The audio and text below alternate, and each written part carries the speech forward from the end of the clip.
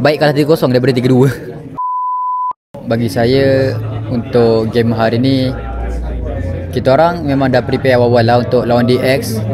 Memang minggu ni kita orang boleh katakan solid dekat scrim semua. Memang tak ada, sikit kurang lah. Kita memang dah cukup solid. Cuma mungkin lepas 2-0 tu kita orang rasa confident kita nak buat outplay je enemy.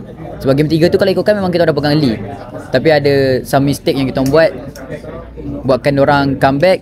Itulah mungkin itulah puncanya. Kita orang kena reverse sweep balik lah. Sebenarnya saya bangga untuk season ni.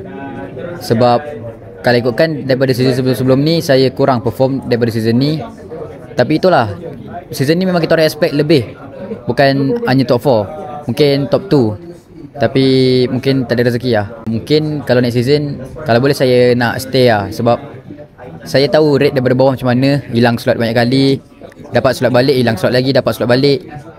Kalau boleh memang saya stay lah untuk season ni. Tapi kalau ada tawaran tim luar, maybe saya akan pertimbangkan lah. Tapi saya akan prior red dulu lah, arrow dulu lah.